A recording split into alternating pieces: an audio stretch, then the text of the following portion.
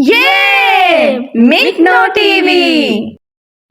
السلام علیکم پیارے بچوں، آج ہم آپ کو علامہ اقبال کی ایک دلچسپ اور سبق آموز نظم ایک مکڑا اور مکھی کی کہانی خوبصورت انداز میں سنائیں گے۔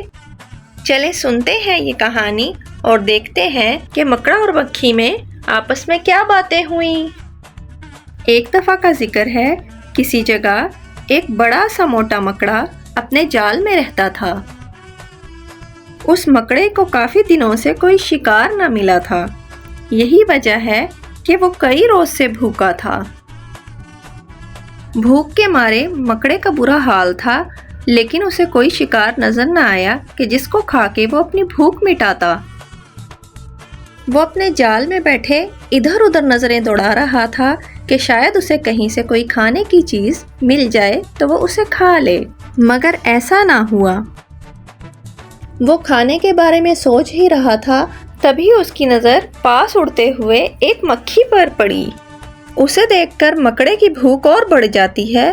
وہ مکھی کو اپنے پاس بلانے کے لیے اس سے کہتا ہے، خوش آمدید، آپ کو یہاں دیکھ کر بہت خوشی ہوئی۔ میں تو ہر روز آپ کو یہاں سے گزرتے دیکھتا ہوں اور سوچتا ہوں کہ شاید اب آپ میرے گھر تشریف لے آئیں گی، مگر افسوس ایسا کبھی نہیں ہوا۔ آپ میرے پڑوس میں ہی تو رہتی ہیں۔ غیروں سے نہ ملیے تو کوئی بڑی بات نہیں، مگر اپنوں سے اور پڑوسیوں سے ایسے اجنبی بن کے رہنا تو اچھی بات نہیں۔ اگر آپ میرے گھر آئیں گی تو مجھے بہت خوشی ہوگی۔ آپ کے آنے کے لیے تو میں نے خصوصی سیڑھی کا انتظام بھی کیا ہے، تاکہ آپ کو میرے گھر آنے میں کسی قسم کی کوئی مشکل کا سامنا نہ کرنا پڑے۔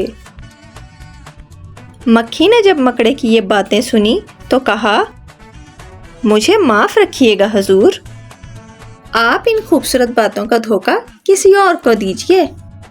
میں آپ کے اس جال میں کبھی نہیں آؤں گی۔ جو کوئی بھی آپ کے گھر میں جاتا ہے وہ کبھی واپس نہیں آتا۔ مجھے تو اپنی جان پیاری ہے۔ یہ سن کر مکڑے نے کہا، بڑے ہی افسوس کی بات ہے کہ آپ نے مجھے غلط سمجھا اور میری نیت پہ شک کیا۔ سچ میں آپ تو بڑی ہی کم سمجھ ہیں۔ میں تو بس یہی چاہتا تھا کہ میں آپ کی اپنے گھر میں خاطر تواضع کروں۔ اس میں تو آپ ہی کا بھلا تھا، ورنہ میرا تو اس میں کوئی فائدہ ہی نہیں۔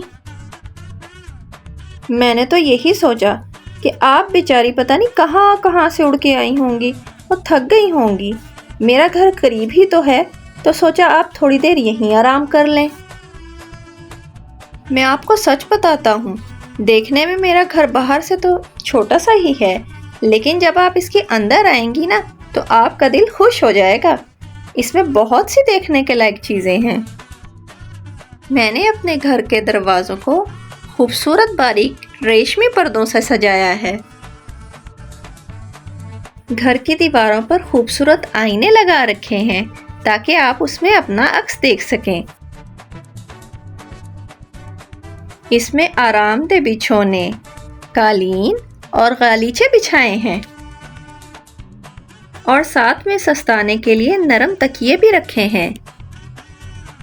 دنیا میں ہر کسی کو یہ آرام دہ چیزیں استعمال کرنے کا موقع نہیں ملتا۔ بچوں، مکھی نے جب مکڑے کی یہ بات سنی تو بولی، آپ کے نرم بچھونے اور گھر کی سجاوٹ آپ ہی کو مبارک ہو۔ اللہ بچائے مجھے ایسے نرم بچھونوں سے، کیونکہ جو کوئی بھی ان پر سویا وہ کبھی نہیں اٹھا۔ میں تمہارے اس فریب میں کبھی نہیں آؤں گی۔ بچوں، مکڑے نے مکھی کی جب یہ بات سنی تو دل ہی دل میں سوچنے لگا، یہ کمبخت تو بہت ہی عقل مند اور ہوشیار ہے۔ اب ایسا کیا کروں کہ اس کو میں اپنے جال میں پھنسا کر کھا جاؤں۔ مکڑا ذہن میں مکھی کو پھنسانے کی ترکیبیں سوچ رہا ہوتا ہے، تبھی اس کے ذہن میں ایک زبردست ترکیب آتی ہے۔